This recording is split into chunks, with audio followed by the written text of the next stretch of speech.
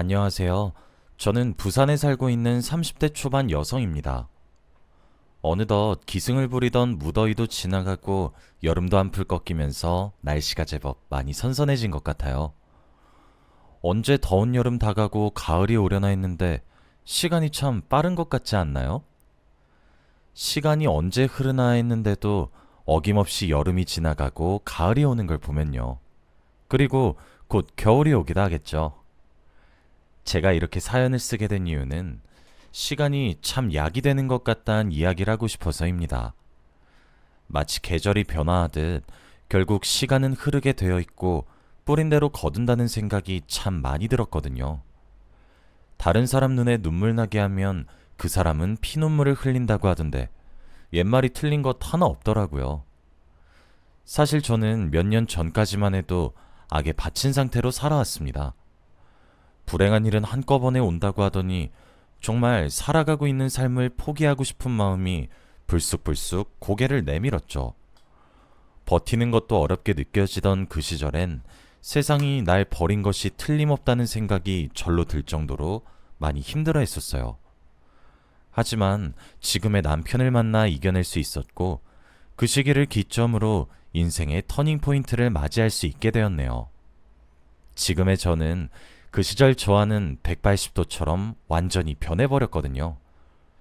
요즘은 살맛이 난다는 표현이 제일 적절한 것만 같아요. 사실 힘들었던 시기를 보냈던 순간에는 제 입에서 욕이 나오거나 불평 또는 불만만 나왔었거든요. 그리고 매사가 억울했었어요. 그런데 요즘은 마음의 여유도 생기게 되었고 행복하다는 생각이 자주 듭니다. 그래서 이렇게 사연을 보내봅니다. 제가 다시 제 삶을 사랑할 수 있었던 이유를 말하고 싶어서요. 제 사연을 통해서 여러분들도 행복해지셨으면 좋겠네요. 저는 참 우유부단한 사람이었습니다. 단점으로 보면 모자라고 장점으로 보면 애매하게 착한 사람이었죠. 앞에서 싫은 소리는 하지 못했지만 저 혼자 남게 되는 시간이 있으면 어김없이 상대방을 향한 불만을 토해내곤 하는 그런 사람 말이에요. 그런 제게 소연이란 친구도 한 명 있었습니다. 소연이로 인해 제 삶은 참 많이 불행해졌었죠. 소연이는 항상 주위에 남자가 많았어요. 예쁘장하게 생기기도 했고 사근사근한 사람이었거든요. 딱 남자들이 좋아할 만한 그런 스타일이었죠. 소연이는 저와 같은 대학교 같은 과 동기로 만난 사이였습니다. 저도 소연이랑 어떻게 친해지게 되었는지는 잘 기억이 나질 않습니다. 그냥 정신을 차려보니까 이미 친해진 이후였거든요. 하지만 소연이는 제 삶의 걸림돌 같은 사람이었습니다. 저랑 항상 이용했었거든요. 돈을 수시로 빌려가기도 했어요. 10,000원, 20,000원 이런 식으로 소액을 자주 빌려갔고 갚진 않았죠. 그 외에도 과제를 도와달라고 말은 하지만 실상 거의 제가 다 해주기도 했었고 남자들 만난다고 저와 약속을 펑크내기도 했고 제게 심부름도 시키곤 했어요. 지금 생각하면 제가 왜 그렇게까지 절절맸나 싶기도 합니다. 하지만 그 시절 소연이가 정말 너밖에 없다. 고마워. 땡큐. 이렇게 절 치하하는 말을 해주면 그래. 소연이가 바빠서 부탁한 건데 뭐. 너무 예민하게 생각하지 말자. 소연이는 날 가장 친하다고 생각해서 부탁했던 거니까. 하고 합리화하면서 넘기곤 했었죠. 주위에서 제게 계속 충고를 했어요. 특히 여자인 친구들이 말이에요. 저보고 소연이 시녀냐, 왜 자꾸 시키는데 그걸 군말 없이 들어주냐 등등 그런 말을 하면서 제게 멀어지기를 권유했었어요.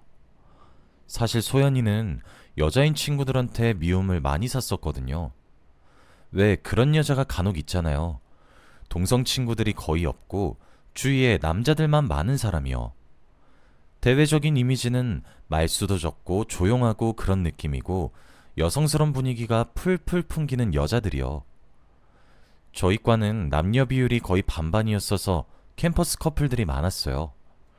저희 학번에서만 10커플 이상 나왔으니 말 다 했죠. 그런데 10커플 중 8커플이 헤어졌어요.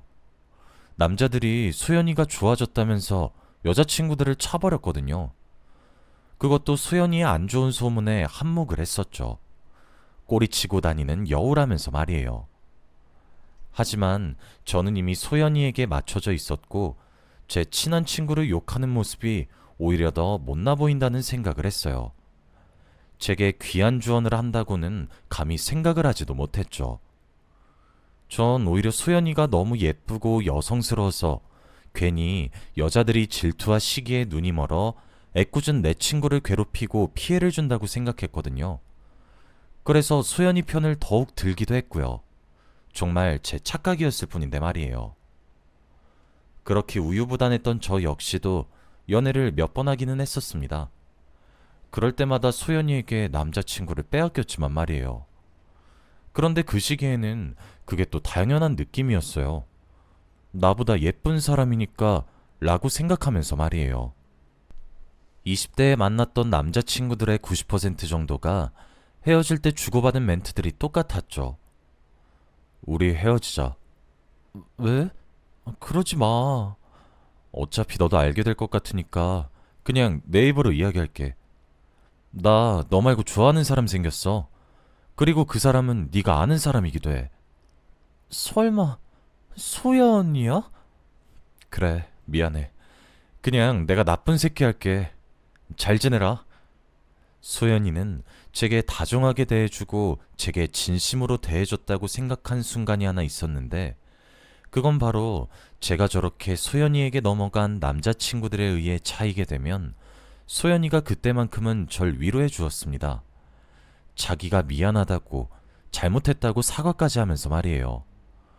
그런데 또 그렇게 천사 같은 얼굴로 제게 사과해오는 소연이를 보고 있으면 예쁘게 태어난 소연이가 무슨 죄가 있는가 그런 생각만 들게 되더라고요. 예쁜 것이 죄라면 죄구나 싶기도 하고 그렇게 용서하고 받아들이며 살기 시작했습니다.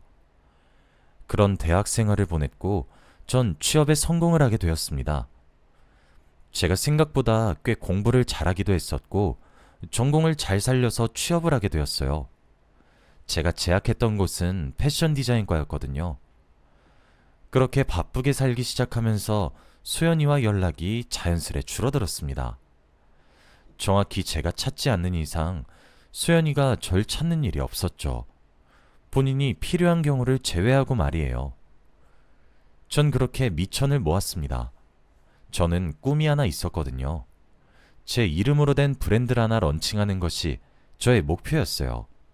전 옷을 만드는 사람이니까 말이에요. 그렇게 미천을 3년 동안 꼬박 모아 옷가게를 하나 차리게 되었습니다. 처음 입소문을 타기 전에는 당연히 가게에 이따금씩 오는 지인들과 지나가다 들어오는 소수의 손님들을 제외하고는 파리만 날렸었어요. 그래서 그냥 알바생을 하나 고용했고 낮에는 직장에서 일을 했고 저녁에 퇴근 이후부터는 제가 가게를 돌봤습니다. 이렇게 해서는 안 된다는 생각에 저는 가게 이름과 똑같은 인터넷 쇼핑몰도 하나 오픈했어요. 가게에 있는 제품들 또한 쇼핑몰에 올렸죠.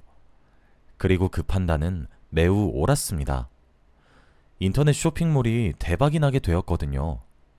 그리고 저는 SNS도 적극 활용하기 시작했어요. 라이브 방송이라고 생방송처럼 할 수 있는 기능이 있는데 그걸로 작은 패션쇼를 하듯 여러 옷을 바꿔 입으면서 여기는 이런 디테일이 살아있고 가격은 얼마이고 하면서 설명도 했었죠. 한 달에 한 번씩 작은 이벤트도 열고 그러니 새로운 고객이 꾸준히 유치가 되기 시작하더라고요. 낮에 일하는 것도 당연히 그만둬야 했습니다. 가게 일이 너무 벅차서 말이죠. 그 정도 수준에 다다르기 시작했고 마케팅 방법을 계속 바꿔가고 응용해가며 제 가게는 옷 시장에 자리 잡게 되었습니다. 당연히 그 결과도 성공적이었기 때문에 저는 돈을 정말 많이 벌 수 있게 되었어요. 정말 많이 벌게 되는 달은 한 달에 몇 천만 원은 진짜 우습게 벌게 되더라고요. 그렇게 제 명의로 아파트도 하나 생기게 되었고 자동차도 뽑을 수 있게 되었어요. 그렇게 사람이 잘나지기 시작하니 자존감도 올라가기 시작했죠. 하지만 저도 그렇게 성공을 맛보기까지 대학교 졸업 이후 정말 많이 힘들어 했었습니다. 제가 힘든 것이 쪽팔려서 대학교 동기들 모임도 참석하지 않을 정도니 말 다 했죠. 그런데 그러던 어느 날이었습니다. 수연이로부터 연락이 왔어요.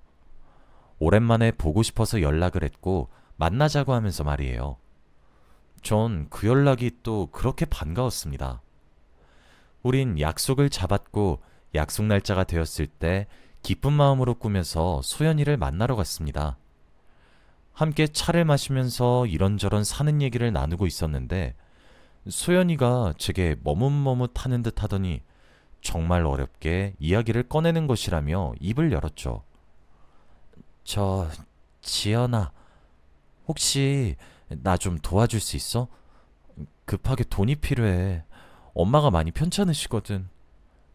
그런데 내가 끌어쓸 수 있는 돈들은 정말 아득바득 모아서 다 사용했고 담보로 대출도 받았어. 그런데도 돈이 너무 모자라서 오랜만에 보자 그러고 이런 이야기 꺼내서 미안해. 구슬 같은 눈물을 뚝뚝 흘리는 친구를 앞에 두고 제가 그걸 어떻게 외면할 수 있겠습니까? 심지어 전 작은 성공을 통해 여유로운 상태였고요. 그렇게 1억이라는 돈을 빌려주기로 했습니다. 그래도 제게 커다란 돈이었기에 차용증을 쓰자고 했었어요. 소연이는 차용증이라는 말에 흠칫하는 듯 했지만 이내 고맙다며 썼죠. 그렇게 고고하고 도도하게 굴던 소연이가 제게 돈을 빌리는 모습을 보니 솔직히 안타까운 마음이 컸습니다. 그래서 전 돈을 빌려주며 제안도 하나 했어요. 소연아, 우리 가게에서 일해볼래? 어차피 나 SNS로 패션쇼처럼 방송도 하고 그러거든? 너 아직 44 사이즈 입지 않아? 어때? 네가 여유가 될 때만 해도 괜찮고 아니면 우리 가게 정직원으로 일해도 괜찮아. 다른 곳보다 월급은 1.5배로 쳐줄게. 한번 생각해봐. 나도 네가 이렇게 힘들어하니까 도와주고 싶은 마음이 크네. 소연이는 뜻밖의 제안에 많이 놀란 듯했고 고민할 필요도 없다며 너무 고맙다고 말을 하며 제 제안을 수락했어요. 그렇게 1년 동안 소연이를 정직원으로 고용했습니다. 아무래도 소연이의 외모도 너무 예쁘기도 하고 몸매도 좋기도 해서 그런지 매출이 껑충 뛰어올랐고 저는 이제 10평도 채 되지 않는 옷가게의 평수도 늘려야 했고 따로 사무실도 자그마한 곳을 구해야 했어요. 게다가 따로 스튜디오도 제작해서 퀄리티 좋게 촬영도 해야 했죠. 그리고 주얼리 라인도 새롭게 런칭하게 되어서 제 사업은 날이 갈수록 승승장구해지기 시작했습니다.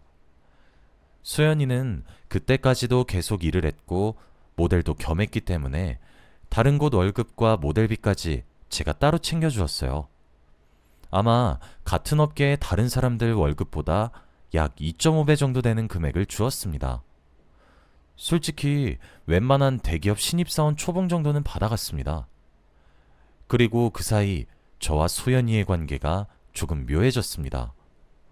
전 아무래도 돈을 주는 사장님이었고 소연이는 직원이다 보니 갑을 관계가 바뀌게 되더라고요. 전 처음에는 몰랐는데 소연이가 제 눈치를 본다는 것을 알게 되었을 때쯤 바뀐 사실이 눈에 들어왔죠. 학창시절에는 제게 심부름을 시키던 철없었던 소연이가 공적인 자리에서는 사장님, 사장님 하며 존댓말을 쓰니 뭔가 좀 싱숭생숭하더라고요. 저도 다른 직원들 사이에서 친구란 이유 하나만으로 소연이를 편애할 수가 없었어요. 돈이 왔다 갔다 하는 문제니까요. 소연이는 내심 편애를 바라는 눈치였지만 저도 젊은 나이에 고생하며 성공해서 그런지 잔뼈가 굵어지더라고요. 그렇게 사석에서는 소연이에게 더 신경을 써주며 지냈습니다. 그러던 어느 날 소연이가 격리일도 함께 겸하고 싶다고 제게 조심스럽게 얘기를 꺼냈어요. 제게 무이자로 빌린 1억도 다 못 갚았지만 엄마 병원비가 많이 들어가서 힘들다고 자신이 조금 무리해도 괜찮다고 하면서요. 격리를 하고 싶어서 자격증도 따왔더라고요. 돈을 주는 것은 문제가 되지 않아서 그러라고 했습니다. 하지만 그게 제 인생의 최대 실수였어요. 소연이는 격리 일을 하면서 조금씩 회사 돈을 횡령하기 시작했어요. 안 좋은 일은 한꺼번에 일어난다고 하더니 제가 몇 년씩 개고생을 하면서 쌓아올린 제 회사는 순식간에 무너졌습니다. 소연이가 들고 날른 금액은 30억이 넘었습니다. 소연이가 횡령을 저지르면서 조금씩 골마갔던 저희 회사의 재정은 마지막 30억이 훅 빠지기 시작하게 되면서 순식간에 무너졌고 휘청이기 시작했습니다. 제일 믿었던 친구에게 전 배신을 당했던 거였죠. 한 사람으로 제 인생은 공도박질 치기 시작했고 하청업체 사장님들도 하루가 멀다 하고 절 찾아왔습니다. 거래처도 당연히 난리가 났죠. 제 사정은 딱했지만 그걸 이해해주진 않으시니까요. 당연한 말이지만요. 저는 사장님들께 간곡히 부탁을 드렸습니다. 조금만 도와달라고요. 그럼 반드시 갚아내겠다고 말이에요. 그래도 다들 저와 몇 년씩 일을 했던 사장님들이셨기에 망정이지 다른 사람들이라면 이해는커녕 소송을 했을지도 모릅니다. 그렇게 제 호소에 제 또래였던 사장님 한 분이 제일 먼저 발벗고 나서주셨습니다. 기다려줄 것이고 도와줄 것인데 반드시 결과로 증명을 해보라고 했죠. 그 사장님 한 분을 시작으로 몇몇 사장님들께서 절 믿어주셨고 투자를 해주시면서 도와주셨습니다. 전 비록 사람으로 인해 무너졌지만 또 사람들로 인해 일어설 수 있게 된 것이었죠. 전 정말 피똥 싸는 심정으로 회사를 살리는 것에 몰두했습니다. 돈도 없어서 직원들 월급도 밀렸었어요. 직원들에게도 너무 미안했죠. 하지만 약속을 했습니다. 제가 꼭 밀린 월급에 더 얹어서 드리겠습니다. 그러니 조금만 더 기다려주시고 절 도와주시면 안 될까요? 부탁드립니다. 고개 숙여 한 제 부탁에 직원들은 너나 할 것 없이 제 손발이 되기를 자처해 주었습니다. 사장님, 당연히 도와드려야죠. 사장님이 저희한테 어떻게 해주셨는데요? 그럼 지금부터 뭘 하면 될까요? 하면서 말이에요. 그렇게 1년 동안 직원들의 월급을 지급하진 못했지만 함께 개고생을 하면서 회사를 다져나갔습니다. 받은 투자금으로 급한 어음들을 막았죠. 하늘에서 제 노력에 감동한 것인지 1년이 지난 기점으로 사업은 술술 풀렸습니다. 순풍에 돛을 배처럼 말이에요. 새롭게 런칭한 주얼리 라인과 신상 옷들로 수익이 미친 듯이 나기 시작했습니다. 1년 동안 정말 제 직원들도 고생했지만 그 다음 해에 저희 회사가 벌어들인 돈은 150억이었습니다. 소연이가 횡령한 30억의 5배가 되는 돈을 벌어들인 거죠. 돈을 벌자마자 직원들의 밀린 월급을 전부 지급했고 하청업체에 밀린 대금을 치렀고 벌리면 벌리는 족족 거래처들에게 갚아 나갔습니다. 믿어주셔서 감사하다는 말과 함께요.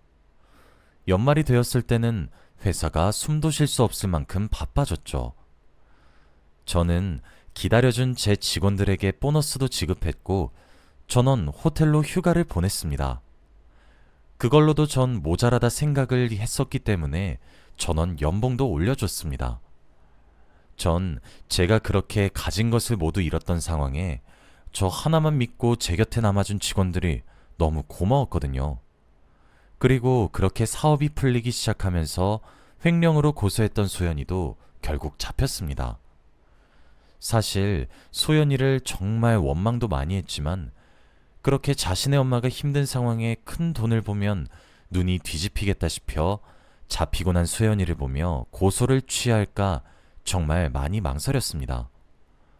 그런데 알고 보니 엄마가 아픈 것도 다 거짓말이었고 저한테 그동안 받아간 월급을 받으면 받는 족족 그대로 도박에 탕진을 해왔다고 하더군요.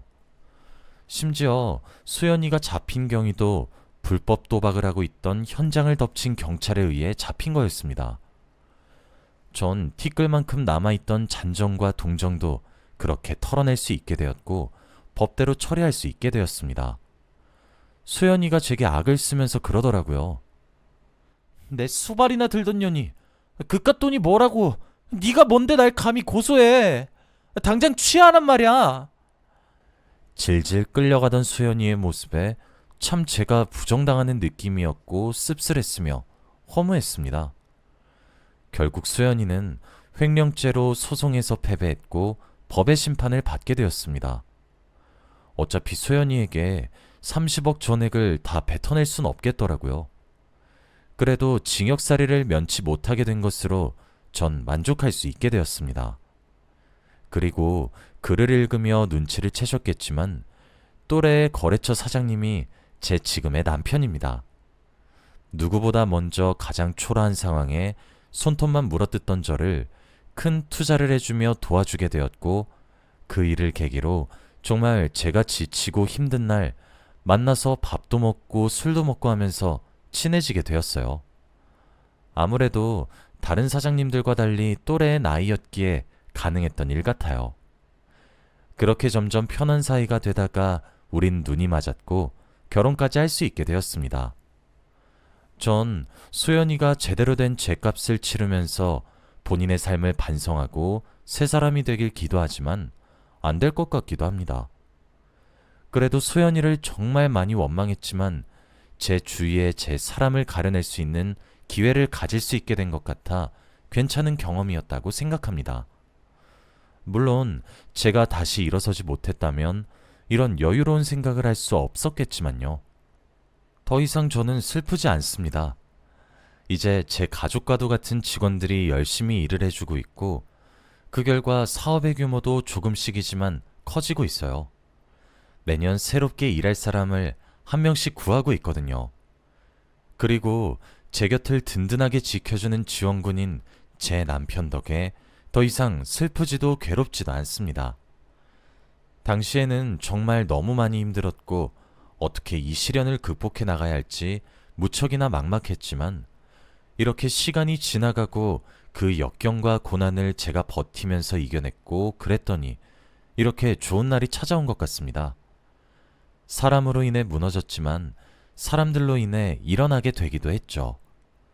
정말 힘들었던 시간이었지만 돈 주고 살 수도 없는 경험을 하게 된 것 같기도 합니다. 여기까지가 제 이야기였고요. 들어주셔서 감사합니다. 여러분도 항상 좋은 일만 가득하시길 바라겠습니다.